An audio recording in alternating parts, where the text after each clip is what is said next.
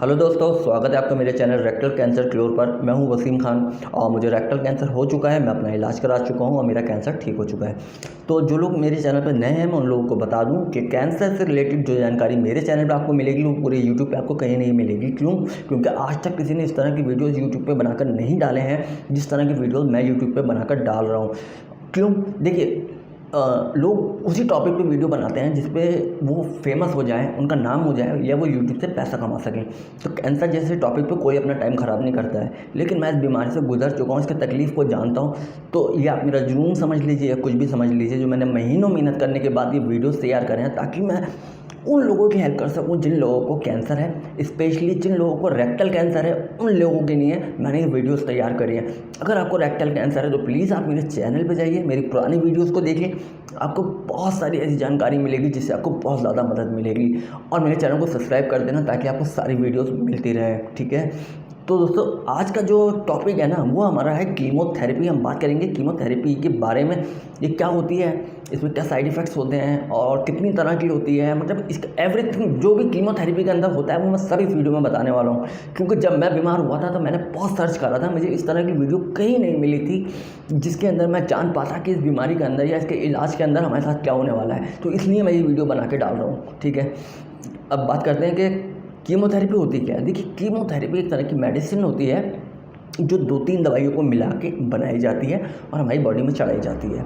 तो ये मेडिसिन इतनी ख़तरनाक होती है कि जब ये हमारी बॉडी में जाती है तो हमारे अंदर जितने भी सेल्स होते हैं, चाहे वो बैक्टीरियाज हो या वो इम्यूनिटी पावर के सेल्स हो, मतलब इम्यूनिटी पावर आपकी बीमारी से लड़ने की जो ताकत होती है वो भी ख़त्म हो जाती है। इसके अंदर सब कुछ, मतलब आप बीमारी से लड़ने की ताकत बिल्कुल ज़ीरो हो जाती है और उसके बाद आपको बहुत सारे साइड इफ़ेक्ट्स होते हैं, बहुत सारी बीमारियाँ लग जाती हैं।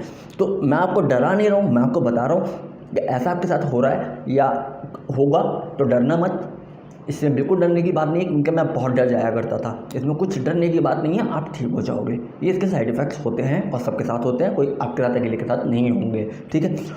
चलिए, कीमो जो होती है, जैसे मैं बात करूँ अपने बारे में, अगर मैं अदरवाइज़ सब लेके चलूँगा तो बहुत लंबी वीडियो हो जाएगी। तो मैं अलग से और वीडियोस बनाऊंगा कीमोथेरेपी पे, आपको मेरे चैनल पे वो वीडियोस भी मिल जाएंगी। आज मैं बात करने वाला हूँ सिर्फ अपनी, कि मेरे केस में क्या हुआ था।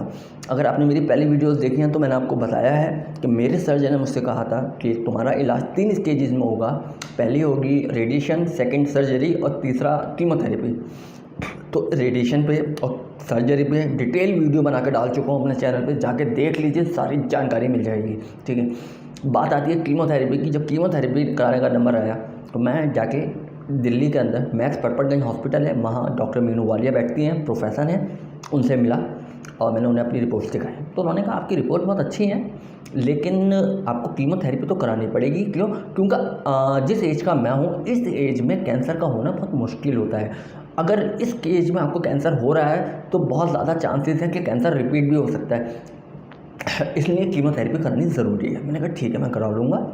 तो उन्होंने मुझे बताया कि भाई 2 तरह की कीमोथेरेपी होती हैं, कैपॉक्स और फुलफॉक्स, और वो मुझे रेफ़र कर रही थी कि फुलफॉक्स करानी है आपको। तो मैंने दोनों में फ़र्क पूछा तो उन्होंने दोनों में मुझे ये फ़र्क बताया, जो कैपोस कीमो होती है तो कीमो होती है वो वही होती है जो पहले से चली आ रही है, और फुलफॉक्स कीमो वो होती है जो आज के एडवांस रिसर्च करने के बाद बनाई गई है। तो इसके इफ़ेक्ट बहुत अच्छे माने जाते हैं उनके अकॉर्डिंग, ठीक है। तो फुलफॉक्स कीमो कराने का ख़र्चा जब मैंने पूछा तो उन्होंने मुझे बताया कि हर 15 दिन में 45,000 रुपये का इंजेक्शन लगेगा, जिसके लिए 3 दिन आपको हॉस्पिटल में एडमिट होना होगा और 45,000 रुपये का इंजेक्शन लगेगा। तो आप लगा लो 45,000 का तो इंजेक्शन ही है, फिर 3 दिन हॉस्पिटल का खर्चा है, और हर 15 दिन में ये प्रोसेस रिपीट होगा 4 महीने तक। तो यहाँ अगर आपने मेरी पहली वीडियो देखी है तो आपको मालूम होगा मैंने कहीं कॉम्प्रोमाइज़ नहीं करा, जो अच्छा इलाज था वही चुना। लेकिन यहाँ आके मुझे कॉम्प्रोमाइज़ करना पड़ा। अब मेरा बजट बहुत ज़्यादा गड़बड़ा गया था, मुझे अपना घर तक बेचना पड़ गया था इस इलाज में। तो खैर वो कोई बात नहीं है। तो उन्होंने मुझे फुलफॉक्स के बारे में बताया कि भाई एडवांस कीमो है, साइड इफ़ेक्ट कम होते हैं, और फुलफॉक्स कीमो अगर आप करा रहे हो फुलफॉक्स, तो आपको खाने के लिए कोई दवाई नहीं दी जाएगी, आपको सिर्फ हॉस्पिटल में एडमिट किया जाएगा 3 दिन के लिए और आपको दवाई चढ़ाई जाएगी। फिर आपको जाने देंगे, फिर 15 दिन बाद बुलाएंगे, फिर 3 दिन के लिए एडमिट करेंगे, फिर आपको दवाई चढ़ाई जाएगी। तो फुलफॉक्स कीमो का प्रोसेस ये होता है। ये बहुत कॉस्टली था और मेरे बजट के बाहर था, तो मैं नहीं करा पाया। तो मैंने कैपॉक्स को ही बोला कि मैं नॉर्मल कीमो कराऊंगा।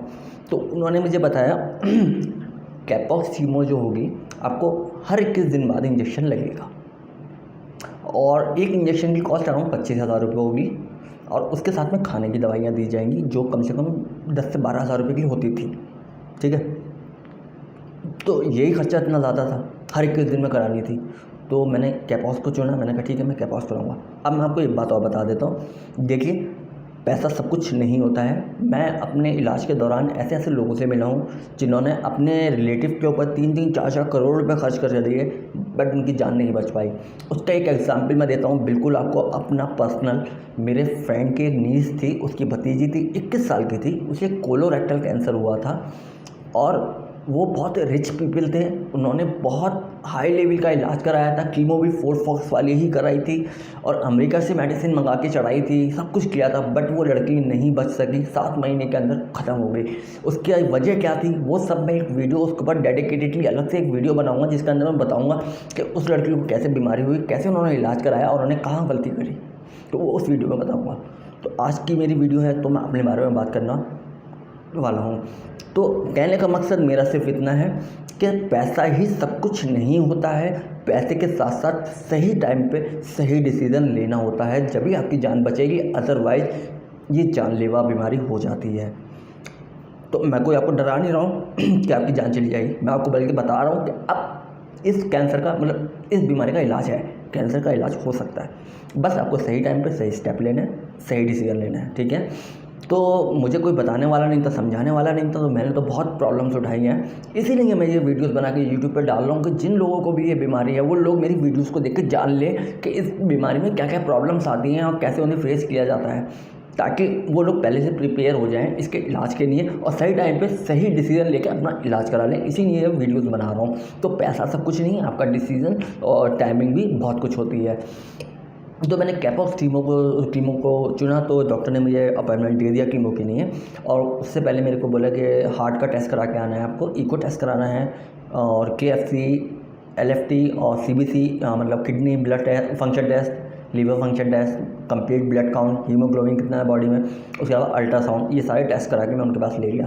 डॉक्टर ने मेरी रिपोर्ट्स देखी, उसके बाद मुझे मेरी हाइट को नापा और मेरा वेट करा कि मेरा वज़न कितना है, उसके अकॉर्डिंग मेरी डोज तैयार की गई। ठीक है, तो ये तरीका होता है इसकी डोज देने का।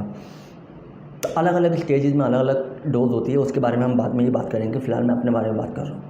जो डॉक्टर ने मुझे कहा ठीक है आपको जब हम पहली कीमो चढ़ाएंगे तो हॉस्पिटल में 2 दिन के मतलब 24 घंटे के लिए एडमिट होना होगा आपको। क्यों? क्योंकि इस इलाज के ये दवाई चढ़ने के बाद आपकी बॉडी में क्या सी साइड इफ़ेक्ट आए ये डॉक्टर भी नहीं जानते हैं। हर किसी की बॉडी में अलग अलग साइड इफ़ेक्ट होते हैं और बहुत भयानक साइड इफ़ेक्ट होते हैं। तो इस वजह से जब पहली बार कीमो चढ़ाई जाती है तो हॉस्पिटल में एडमिट किया जाता है 24 घंटे के लिए, उसके बाद ही कीमो चढ़ाई जाती है। अब बीच में रोक के एक बात कह रहा हूँ कि बहुत सारे लोग मुझे ऐसे मिले हैं जिन्होंने कीमो कराई और गलत जगहों पे कराई। मैं उन हॉस्पिटल्स का नाम नहीं लूँगा बट उनके ऊपर अलग से वीडियो बनाऊँगा और बताऊँगा कैसे वो गलत जगह गए, पैसे बचाने के चक्कर में पहले गलत जगह पहुँच गए, उसके बाद घर तक भेज दिया अपना और लाइलाज हो गए। उन पर अलग से वीडियो मैं बनाऊँगा। फ़िलहाल मैं अपने बारे में बात कर रहा हूँ। तो 24 घंटे के लिए मुझे उन्होंने कहा आपको एडमिट होना है। ठीक है, मैंने कहा 24 घंटे के लिए एडमिट हो गया। उसके बाद मुझे मेडिसिन, कीमो होती क्या है, 2-3 तरह की दवाइयों को मिला के एक कीमो बनाई जाती है और उसको ग्लूकोज की बॉटल में इंजेक्शन से डाल दिया जाता है और उसके बाद ग्लूकोज के साथ वो चढ़ती है। करीब 4-5 घंटे तक कीमो हमारी चढ़ती रहती है। तो पहली बार में मुझे 24 घंटे के लिए एडमिट कर लिया और मेरे कीमो चढ़ा दी गई। भैया 24 घंटे हो गए, मुझे कोई साइड इफ़ेक्ट नहीं हुआ। मैं बड़ा खुश था कि भैया कोई साइड इफ़ेक्ट नहीं हुआ मुझे, तो लोग फालतू में डरते हैं। और उसके बाद फिर मैंने 24 घंटे हो गए तो मेरा डिस्चार्ज होने का टाइम हो गया। तो जब मैं डिस्चार्ज होने वाला था तो डॉक्टर आए। डॉक्टर ने आके मुझसे कहा कि अब आपको बहुत ज़्यादा ध्यान रखना है, बहुत ज़्यादा सेफ्टी पॉइंट्स से चलना है, आपको बहुत ज़्यादा सेफ़ रहना है। एक तो आपको मास्क लगा के रखना है, मतलब घर के अंदर भी अगर हो तो आपको मास्क लगाना है। मतलब आजकल तो कोरोना का दौर चल रहा है, मैं कोरोना की बात नहीं कर रहा हूँ, मैं आज से 3 साल पहले की बात कर रहा हूँ। तो उन्होंने कहा था कि आपको घर के अंदर भी मास्क लगा के रखना है। दूसरी बात, आपको अपने कमरे में अलग रहना है, किसी को अपने कमरे में ज़्यादा आने नहीं देना है, अपना बिस्तर अलग कर लेना है, बार बार हाथ धोने हैं। उसके अलावा आपसे कोई अगर मिलने आए तो उसे 2 मीटर की दूरी पर रखो, कम से कम 2 मीटर की दूरी बना के रखो। ना किसी से हाथ मिलाना है, ना किसी को गले लगाना है, हक करना है, सबसे दूरी बना के रखो, चाहे आपके अपने घर वाले क्यों ना हो। ये सारी सेफ्टी प्रिकॉशंस उन्होंने मुझे दे दिए थे। उसके अलावा कि हमेशा मास्क लगाना है और हाथ धोते रहना है, किसी से मिलना नहीं है, हाथ नहीं मिलाना है, किसी को टच नहीं करना है, किसी का बिस्तर यूज़ नहीं करना है, किसी का टॉवल यूज़ नहीं करना है, ये सारी प्रिकॉशन दे दिए थे, ठीक है। उसके बाद डाइटिस्ट आती हैं, जो डाइटिशियन थी मेरी वो आती हैं, वो आके बताती हैं मुझे कि आपका जो खाना पीना है वो अब बिल्कुल बदल जाएगा, यानी कि 75% चीज़ें तो इस बीमारी में खाने को मना कर दी जाती हैं। सबसे पहले तो बाहर का खाने को आपको बिल्कुल मना कर देंगे कि आपको बाहर का खाना नहीं खाना है, ठीक है। उसके अलावा आपको घर का खाना भी जब ही खाना है जब वो ताज़ा बना हुआ हो। सपोज़ आपने खाना बनवाया और खाने को बने हुए 1 घंटे से ज़्यादा हो गया तो आप वो खाना नहीं खा सकते, आपके लिए वो खाना ठीक नहीं है, तो आपको दोबारा से खाना बनवाना पड़ेगा। मतलब बिल्कुल ताज़ी बना हुआ ही खाना खा सकते हैं आप कीमो के अंदर, अदरवाइज़ रखा हुआ खाना नहीं खाते हैं, ठीक है। इसके अलावा अगर आपको जूस पीना है तो आप 1 लीटर की जो जूस की कैन आती है वो मंगा के पियो और रख दो, ऐसा नहीं कर सकते। क्यों? एक बार वो कैन जब खुल गई तो उसी टाइम सारा जूस पी जाओ, या फिर उठाकर रख दिया आपने और 1 घंटे से ज़्यादा हो गया उसका ढक्कन खुले हुए, तो उस जूस को आप नहीं पी सकते। उसके अलावा फ्रेश जूस बिल्कुल नहीं पी सकते, फल बिल्कुल नहीं खा सकते। फलों के अंदर सिर्फ संतरा और केला खा सकते हो क्योंकि उसका छिक्कल मोटा होता है, ठीक है। उसके अलावा वेजिटेबल सलाद नहीं खा सकते, सलाद नहीं खा सकते ना, सलाद बोलते हैं सैलेड, सलाद नहीं खा सकते, कच्ची सब्ज़ी नहीं खा सकते, ये सब चीज़ें बिल्कुल मना हो जाती हैं। और जूस भी आपको अगर पीना है तो छोटे वाले जो टेट्रा पैक आते हैं ना वो मंगा के रख लो, 20-20 रुपये वाले, जब भी पीना है पी लो, ठीक है। और उसके अलावा बिस्किट्स आपको अगर खाने हैं, आपने बिस्किट का पैकेट मंगा लिया, खोला, खाया, ठीक है। बिस्किट खाया, 1 खाया, 2 खाया, 3 खाया, रख दिए। अब आपका बिस्किट का पैकेट को खुले हुए 1 घंटा हो गया तो उसके बाद वो बिस्किट्स आपके लिए ख़राब हो चुके हैं, आपको वो भी नहीं खाने हैं। तो ये सब चीज़ें बहुत ज़्यादा आपको ध्यान रखनी होती हैं कीमोथेरेपी के अंदर, और ये बहुत ज़रूरी भी होती हैं। क्यों? कुछ नहीं पता किस चीज़ पे कौन सा बैक्टीरिया आके लग जाए और आपकी इम्यूनिटी पावर, बीमारी से लड़ने की पावर तो बिल्कुल ख़त्म हो चुकी है, और आपको कौन सी बीमारी लग जाए कुछ नहीं मालूम है, ठीक है। तो ये सब खाने पीने में कहा जाता है। उसके अलावा मुझे क्या प्रॉब्लम्स आती थी मैं आपको आगे बताने वाला हूँ वीडियो में कि मेरे साथ पर्सनली क्या क्या प्रॉब्लम्स आई और मैंने कैसे फेस किया, ठीक है। और ये वीडियो देखना, आखिर तक देखना, आपको बहुत ज़्यादा जानकारी मिलेगी और बहुत हौसला मिलेगा, ठीक है। उसके अलावा डॉक्टर ने जो मुझे प्रिस्क्रिप्शन दिया था वो दोस्तों देखें आप, इतना बड़ा दिया था कि कितनी बहुत सी दवाइयाँ इसके अंदर लिखी हुई हैं और कितनी बहुत सी दवाइयाँ इसके अंदर पीछे लिखी हुई हैं। ये सारी इतनी बहुत सारी मेरी दवाइयाँ शुरू हो गई। तो हर 21 दिन में इंजेक्शन लगता था, 25,000 का इंजेक्शन होता था, और उसके अलावा डे केयर में एडमिट करते थे, उसका खर्चा अलग होता था, आने जाने का खर्चा अलग होता था, खाने पीने का तो खैर खर्चा नहीं, हॉस्पिटल से खाने पीने को मिल जाया करता था, ठीक है, ये खर्चा। उसके अलावा जो खाने की दवाई दी जाती थी दोस्तों वो इतनी महंगी होती थी, 1500 रुपये का एक पत्ता आता था और 10 गोलियों का पत्ता होता था, और एक दिन में 7 गोलियाँ आपको खानी होती थी। तो कितना महंगा इलाज हो गया ये। तो बट जान बचानी है तो आपको करना होगा। तो वो 1500 वाला पत्ता जब मैंने मार्केट में ढूंढा तो मुझे उसी सॉल्ट का दूसरा पत्ता मिल गया जो 700-800 रुपये का या 900 रुपये का था। डॉक्टर ने कहा कि आप ये भी खा सकते हो। तो मैं आपको इसलिए नहीं बता रहा हूँ, अगर आप महंगी दवाई खा रहे हो तो उसी में का दूसरी आती है क्लिप गार्ड, आप वो खा सकते हैं, ठीक है। तो वो सारी दवाइयाँ तो मुझे बहुत सारी लिख दी गई, बहुत सारी दवाइयाँ लिख दी गई क्योंकि इसके अंदर कोई भी बीमारी आपको हो सकती है। उसके अलावा मुझे अलग से लिख के दी गई वॉमिटिंग के लिए, आपको अगर कभी भी वॉमिटिंग हो तो आपको ये दवाई खानी है। मतलब ये सारी मेडिसिन आपको लेके खरीद के रख लेनी है अपने पास। अगर कभी भी वॉमिटिंग हो रही है तो ये दवाई खानी है। अगर आपको डायरिया हो गया तो आपको ये दवाई खानी है। दवाइयों के नाम अगर आप जानना चाहते हैं तो कमेंट कर देना, मैं बता दूंगा उसके अंदर।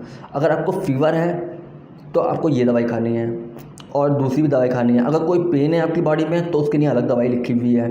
अगर आपको कब्ज़ हो जाता है उसके लिए अलग दवाई लिखी हुई है। तो ये तो भैया साथ में दवाइयाँ और लिख के दे दी। उसके अलावा जो उन्होंने मुझे दिया, ये लिख के दिया कि आपको नो रॉ फूड, कच्ची सब्ज़ी नहीं खानी है, फ्रूट नहीं खाने हैं, सैलड नहीं खानी है, फ्रूट जूस नहीं पीने हैं, सिर्फ कैन वाले जूस ही आप पी सकते हैं, ठीक है।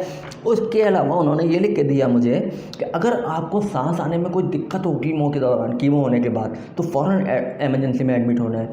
उसके अलावा अगर आपको चेस्ट में पेन होता है या लूज़ मोशन होते हैं या सर्दी चढ़ जाती है, आपको फुरफुरी चढ़ रही है बहुत ज़्यादा, या हाई ग्रेड फीवर, बहुत ज़्यादा तेज़ बुखार आ जाता है, या किसी भी तरह की और प्रॉब्लम आपके साथ होती है तो आपको फ़ौरन इमरजेंसी में जाके एडमिट होना है या अपने ऑन्कोलॉजिस्ट से मिलना है। तो ये सारी चीज़ें भी हो जाती हैं इसके अंदर।